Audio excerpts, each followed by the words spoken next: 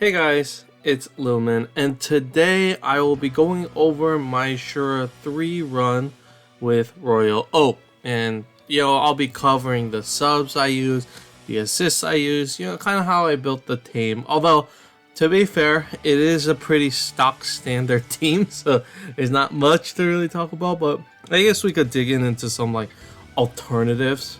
Like, what instead of using this card, what could I use instead? Something like that. So, without further ado, let's get right into it. Just a little bit of history here. Royal Oak was released at the same time as Nautilus, and for the most part, they're very similar, right? They're both double transform cards with the same cooldowns. First one takes 25 turns, second one takes 6 turns, but they're very, very similar. And the main difference between the two really is that Royal Oak is based on L's and Nautilus is based on rows. So why is Nautilus so much more valued or so much more popular than Royal Oak? It's because the way the damage scales and because of the playstyle involved. Now, what do I mean by that? Okay, let's just get the playstyle out of the way. If you play the game and you just match patterns, right? I think as you match, it just becomes much easier to match rows over L's. Like, it's just much simpler. Row is like a nice row that you can just shove on the top or the bottom, right? But L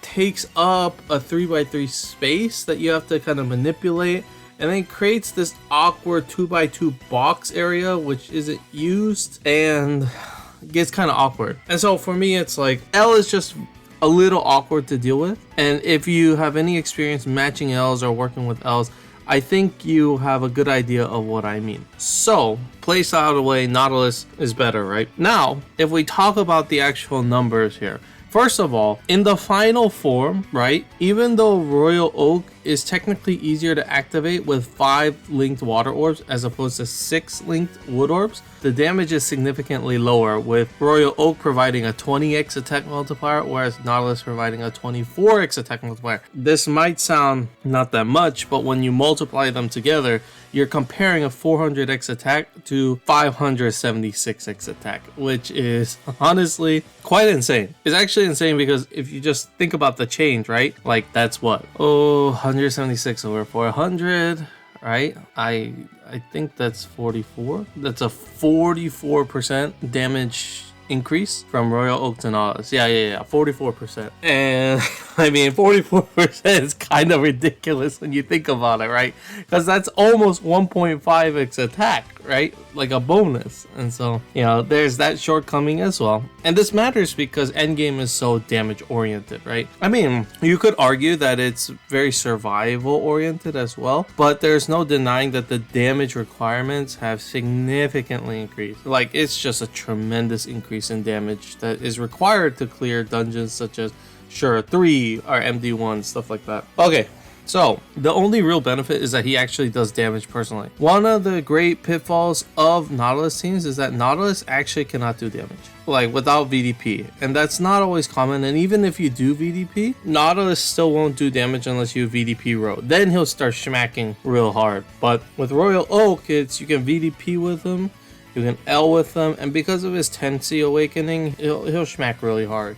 So that's actually a bonus because, it's something nice to have. The other bonus, I guess, although this is not in comparison to Nautilus really, is that Royal Oak has quite a lot of support. Like, there's a lot of support for him now because they're like, oh, he's a blue L leader and people aren't using him, and we want people to use him, so we're going to give a lot of good subs for him. So let's go over the subs. I think this is a very cookie cutter team. I think this is honestly really template like I've seen this a lot, and if you ever team build for Royal Oak, these are probably the first subs you're going to think of. So what are these subs? Well, first of all, you have Shizumaru Hisame, the orb skin from Samurai Shodown. He is a very obvious pick because not only is his transform active include a haste, right, which is important for a couple of reasons. He also provides more L's, VDP, 7C, 10C, full blind resist, and a short cooldown active that provides recovery buff and indirect orb generation. Well, it's indirect and direct, right? He creates 3 water and 3 heal, which is directly beneficial, but he also indirectly generates orbs in that he casts a fire skyfall buff. Now, you might be thinking, why does he cast this Fire Skyfall buff? It's because Shizumaru, though he doesn't need it, Royal Oak likes it because Royal Oak converts fire orbs to water orbs. And so that's why it's indirectly beneficial as well as directly beneficial with the orb gen. When the card came out, he was tailored to fit Royal Oak. Like, he was designed to be on Royal Oak teams. And, you know, people recognize that. I'm sure people rightfully recognize that. Yeah, he is he definitely Royal Oak sub. I mean, he's been a staple, and although you can get away without using him, he's definitely a really strong option, in my opinion. Now, next we have Skuld. Maybe I'll talk about Skuld a little later, but Skuld essentially fits that utility type of role on the team. Not really the most mandatory card and probably the easiest to replace. The only thing notable about Skuld is that she also provides color coverage as well, which is important because of SR3's all attribute requirement. So she's useful for that, but honestly it's more of a utility role, so not the most valuable in the world, I guess. Alright, so we'll talk about Skuld later when we talk about replacements. Now, Albert. We got Blue Albert. So Blue Albert is the cleric of the team. And clerics have become immensely popular because they're now basically a requirement in all in-game dungeons.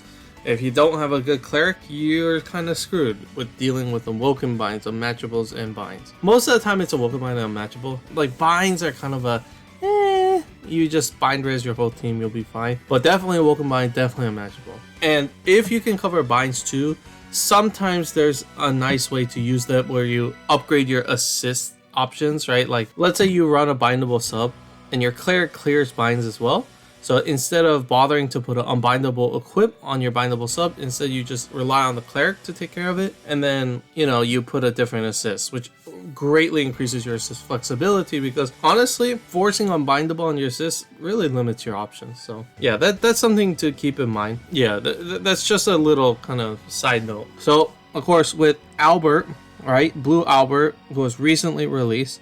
Amazing cleric. Not only clears the unmatchable and awoken bind that is required, Blue Albert also has an attack buff and a recovery buff, right? And you might be thinking, well, those aren't that useful. It's just an attack buff, recovery buff. Who needs those? The reason why they're nice is because you actually don't need the cleric active as much as you might expect. Now, you definitely need it, but sometimes there's stretches where you just don't use it, right? And with Albert, you can use his active for a less valuable purpose, but still allows you to use it. And the important part here is that I actually inherited a shield active on Shizumaru, who is my main recovery buffer, right? My main recovery anti-debuff. So if Shizumaru is not able to use his active because I'm charging the shield inherit, well, guess what? Someone else has to take over those duties, and Blue Albert can kind of substitute a little bit. Now, of course, his active is slower, and you need to save that cleric active for other stuff, but in a pinch, he can save you, and that's honestly really nice. The other part is his awakenings. His awakening package is honestly quite ridiculous. It has, what, 3 fat fingers. Now, I know you're probably like, oh my god, fat fingers. Just get good. You don't need fingers. And trust me, I've built so many teams where there's like no time. I think I built my Yuji Mahito team and I was playing it. I was like, wait, I can't do anything. There's not enough time. I'm used to 20 seconds of time. But anyway, you know, Blue Albert provides a lot of time. So that's honestly really nice. He also has double SBR, which is interesting because back in the day, Gung-Ho would release every single meta card, Unbindable, and SBR. Like, literally almost everything had that.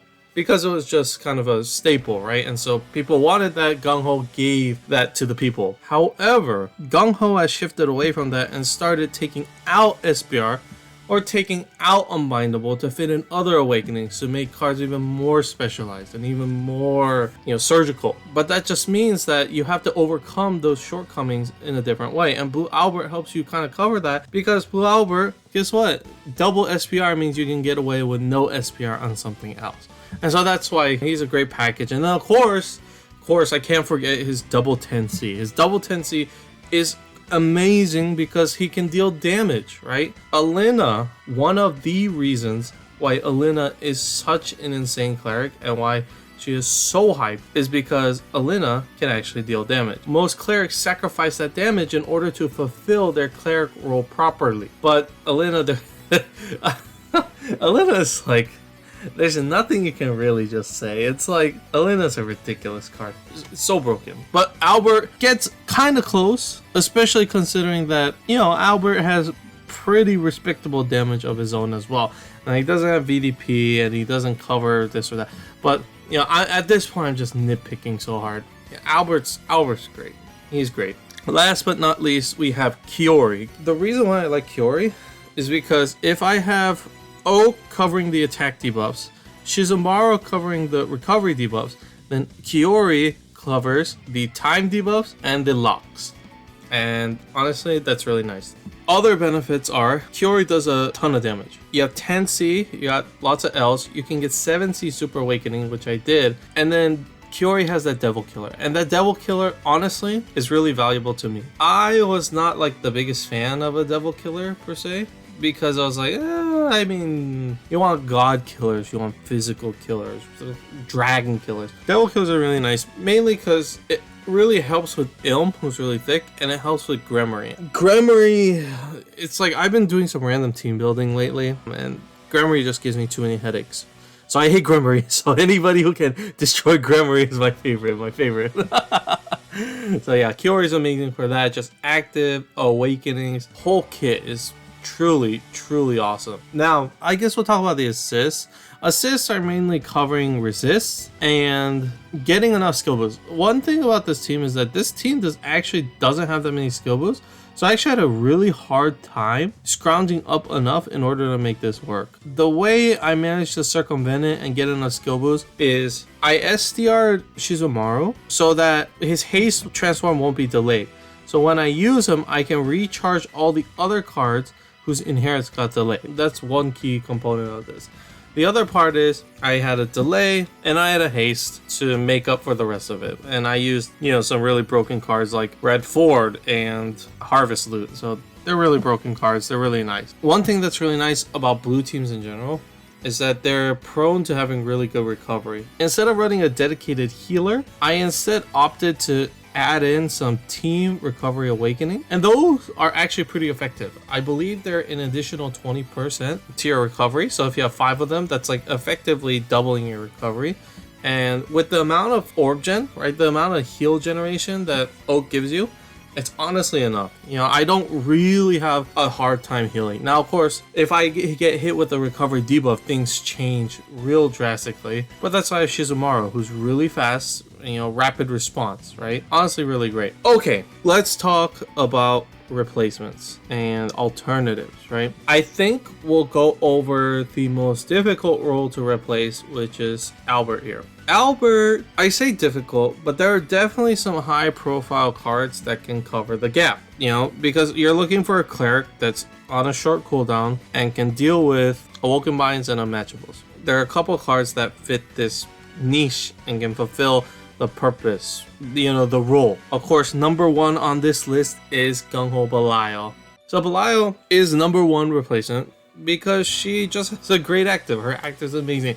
It's why she's, honestly, I say she's overhyped. But the fact that she can fit on almost any team that you desire and just be useful is honestly really insane in its own way. So Belial's really amazing, and that's why she's number one replacement for Blue Albert. Of course, she does have her drawbacks.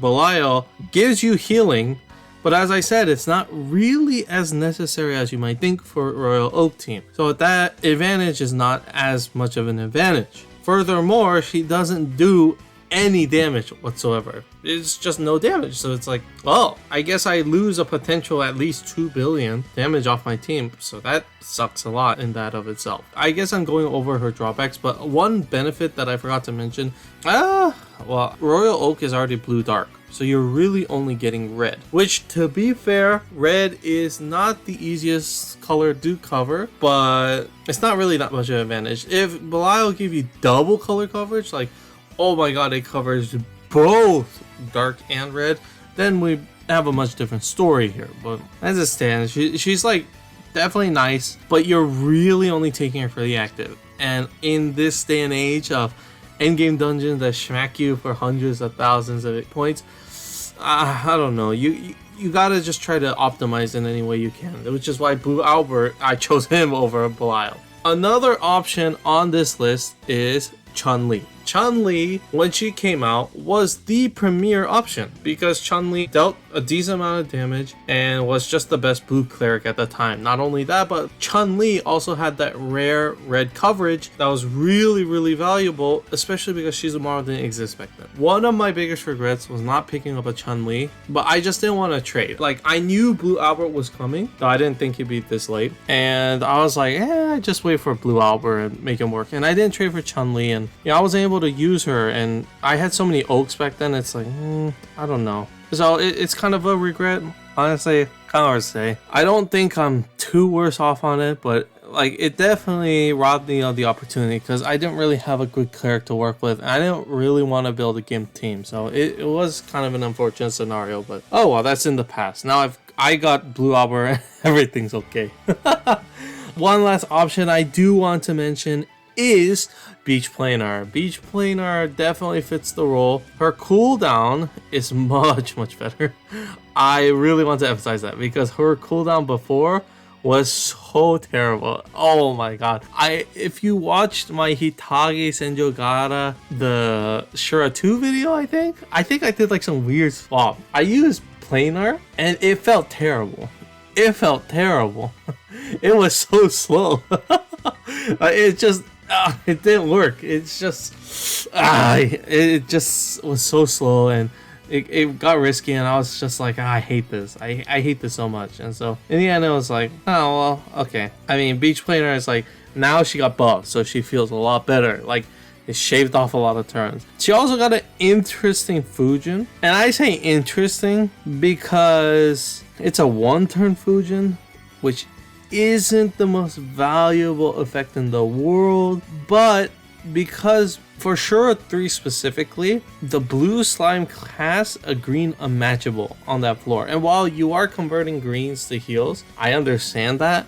I mean, at the same time, it's advantageous to get rid of it still, so I'm thinking it's like, you could get rid of that with Beach Planar and then use that Fujin to take down a turn of the purple carbuncle, and then instead of inheriting a 2-turn Fujin, you could instead inherit a 1-turn Fujin and use that for the second turn. Now, of course, this is very, it gets kind of complicated and stuff, but I don't know. I do see it as a slight advantage, but I don't think it really matters. I think the bigger advantage comes from Beach Planar's Awakenings, which are absolutely stellar. Great VDP damage. Just really nice awakenings. It's like that super awakening selection is really nice. With super resist, more VDP damage, other things. Honestly, really nice awakenings. That's what really struck me the most. It was like when I looked at Beach Planar, that was her competitive advantage. Now, of course, the active drawback with her having arguably the worst active is something pretty difficult to overcome, but she definitely has some things going in her way. Or in her favor. Okay, that was a lot of talk about Cleric. Let's talk about some other subs. These other subs are a little bit more difficult to replace. Mainly because they are really nice, and I don't know. One thing I want you to consider is that Royal Oak's spike is scaled off of L's, right?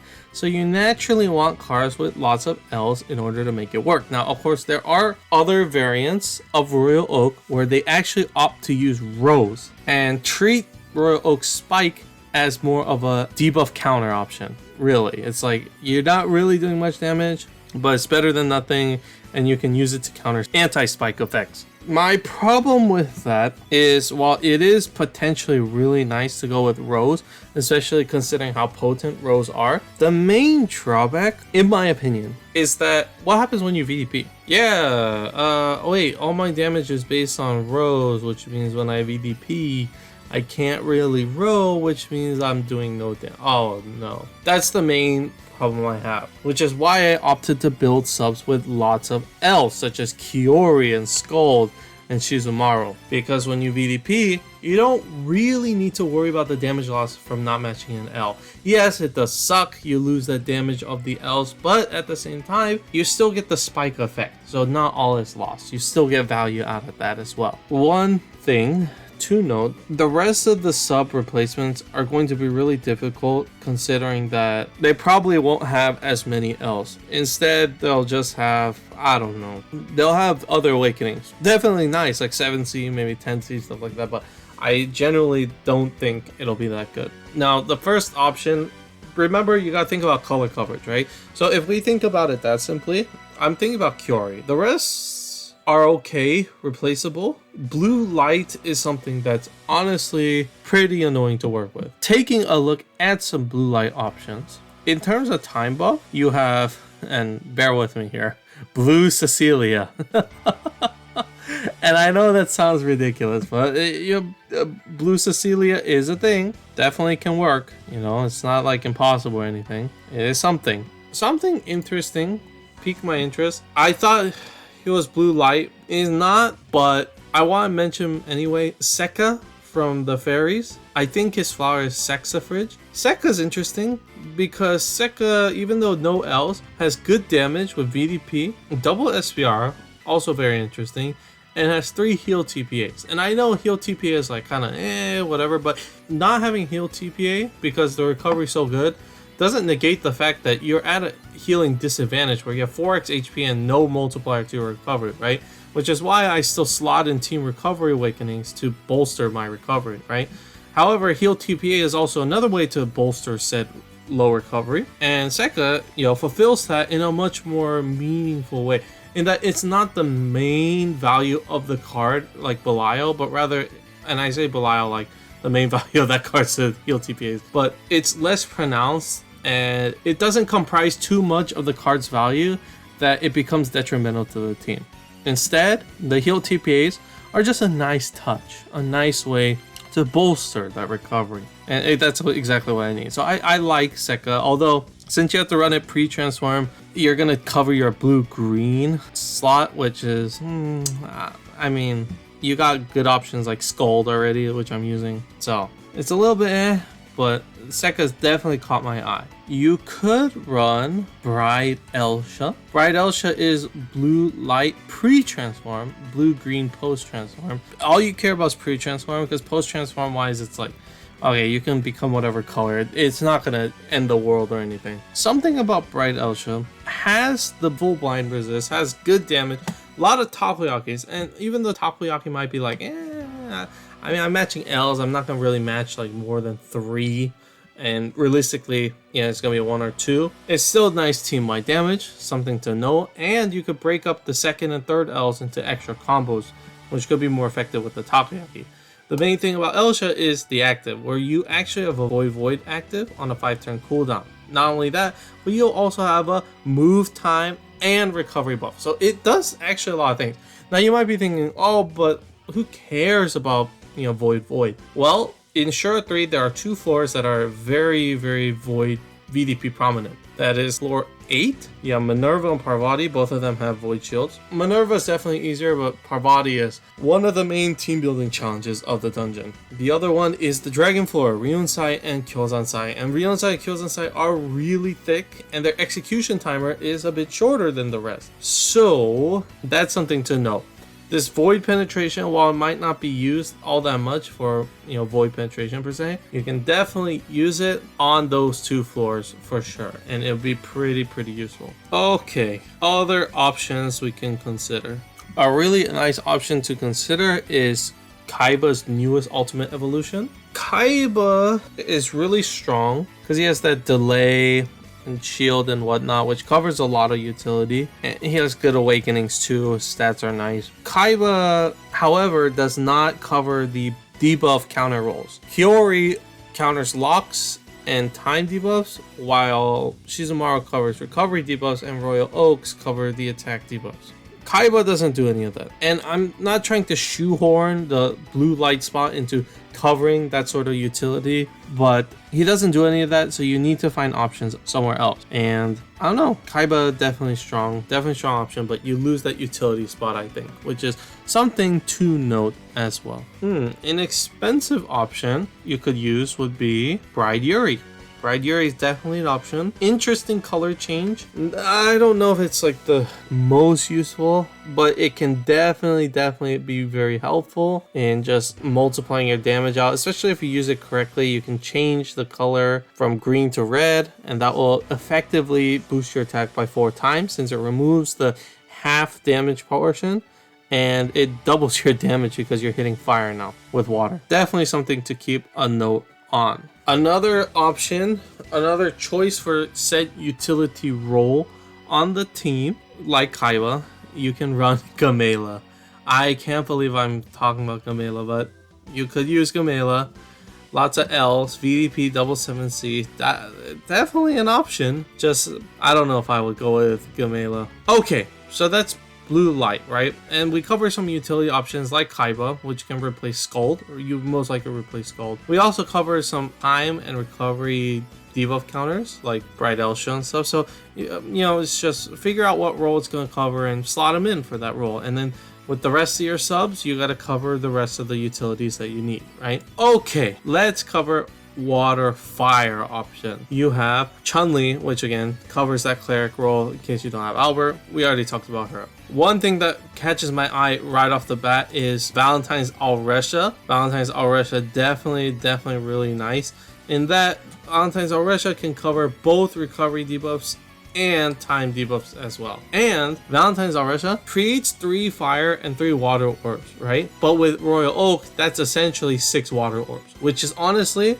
for a 3-turn cooldown, that can be pretty lethal. But one option to note, Valentine's Andromeda, definitely a strong candidate. Valentine's Andromeda covers the time debuff and the recovery debuffs as well, but instead of going with the orb generation, you now cover Color Void or Attribute Absorption Shield. This can be really convenient, and I emphasis on really, but trust me, it's actually really important. The Dryad has historically stonewalled teams 20% of the time because you need to fit in so much utility and so much stuff that you don't account for the Dryad and you just pray you don't get an unfavorable color. Now, of course, teams like, again, Nautilus, the gold standard, can overcome this with the attribute Absorb Latent on Alina and places Alina on the rightmost side of subs to kind of penetrate through and kill the little Dryad. However, blue doesn't really have that. In fact, when I was building, water Royal Oak, didn't really have that many options, and you already had all your latents taken. You needed 2 double cappers, you needed a poison surge, you needed STR on some guys, so you didn't really have the option. But definitely something to note. So yeah, Valentine's Andromeda, and I believe she got buffed ridiculously as well, so she'll be an even better option in the future. Honestly, not much is catching my eye.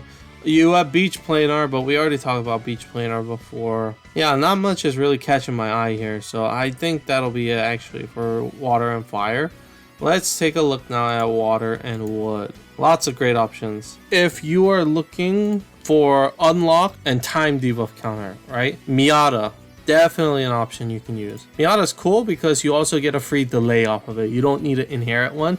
You get a 3-turn delay off her transform, which I know she doesn't come with any skill boost, but that's a really nice compact convenience, right? Again, because she doesn't come with skill boosts, you have to compensate for that somehow. One thing I've been noticing is that all the options I mentioned don't have L's. One L-based sub that is definitely really nice is Andromeda. Andromeda, definitely really cool option. Definitely can use her. She even has a good leader skill, to be quite honest with you. And Andromeda definitely has some great awakenings. Very damage focused, but has a lot of L's as well to contribute, and has some great super awakening selections. I talked about Skuld. Skuld is the utility. Skuld covers delay. Delay is very useful because you can use it on multiple floors. You can use it in the beginning, later, and the end. Of course, Skuld, I can't use it in the beginning because Skuld carries my Fujin Inherit. But if you were to put your Fujin Inherit on someone else, then you can use Skuld in that sense. I think no video should go without me mentioning Saber, especially in a context like this. Saber, definitely an option you can use. I used her in Royal Oak Ultra 2, but this is Shura 3. It's a little different. Saber, I don't know, it's kind of hard. She would definitely be like a damage oriented option. That full heal is legit though, especially let's say you go against, I don't know, let's say you get Gremory into Senri. So your health is either fixed at 100,000 or it's halved, right? Both of which are pretty lethal, right? Then you get Senri the next turn. Well, guess what? Your Senri converts all your boards to fires. You know, if you don't prepare and nothing to heal with. Oh wait, guess what? I can use Saber, and instead of dealing with that fireboard and whatnot, I can heal myself back to full from all the, you know, technical damage I took from getting my health, maximum health cut down and replaced again. And then I can use Saber's full heal to really heal me back up, and use Royal Oak to convert the board to fire and just swipe that for the shield. You know, there's uses for a lot of things. You just gotta think about them. There are definitely other great options. Just a little tired, so I don't think I'll cover everything, but those are some great options you can work with. And you know what, even if I didn't mention it, it doesn't mean, you know, cards that you're thinking of are bad too. Try them out. There's nothing wrong with trying. It's not like stamina is like a concretely limited resource. It's just limited by your time. And well, guess what? Time is, it goes on, right? So you'll be just fine. You know, if you lose 100 stam over trying something that didn't work out, or you lose 500 stam, it sucks, right? Oh, I could have done this or that or something like that. But I mean, if it doesn't happen, then it just doesn't happen. That's it. All right. So I talk about replacement and stuff. I guess let's talk about the team performance. How does it feel? You know, I think something really underrated about teams is how they feel. Like Nautilus, he's great because he can do everything really great. One thing that people don't really talk about, he feels good to play. He feels really easy, really nice, really convenient. Whereas Royal Oak is a little more difficult. It's like just that convenience of life. You know, just convenience of playing the card itself is a little more of a hassle than anything. My initial and overall impression of the team, it's really safe. It's a really safe build. It goes really slow, but in exchange for that slowness, it just, you know, trods along like the tortoise, right?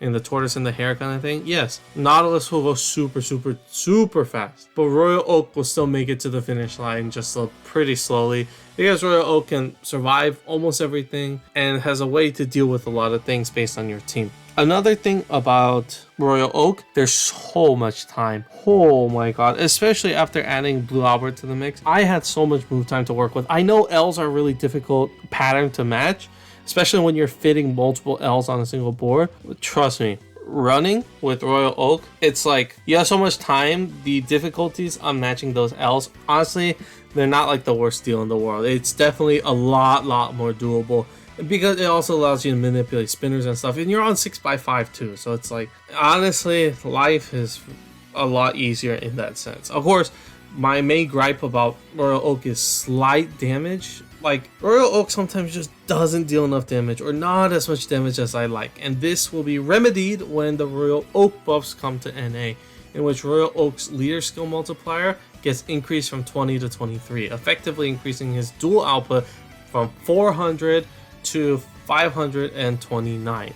I think I got that right. So that's something really cool to know. Now, of course, not as strong as Nautilus, but that is still a big increase nonetheless. So yeah, I honestly, just that's my feel. That's how I feel about it. You know, subs, assists, alternatives. You know, if you have any other questions, feel free to let me know. Otherwise, yeah, that'll be it for me. I think the last thing I do want to mention before I go is that Royal Oak is way too underrated. He is way too underrated.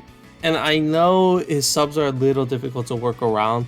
I know he doesn't have the greatest sub or whatever, but I still think he's incredibly underrated. Like, he's supposed to be Nautilus's brother.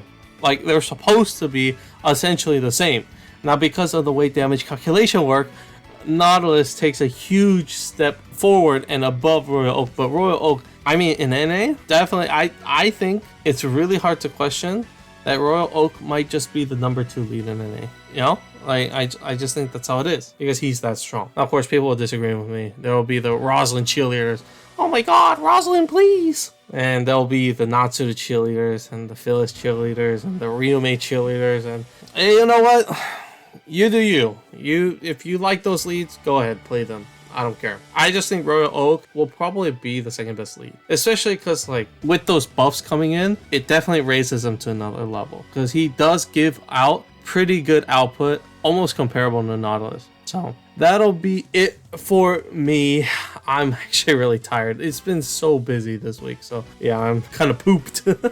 So yeah, guys, thank you guys for watching. I hope you guys appreciated the video. I kind of put out a poll and looked at your results and said, it said you guys want more Shura 3 content, so here you go. So yeah, thank you guys for watching. I hope you guys enjoyed, and I will see you guys next time. Good luck and have fun.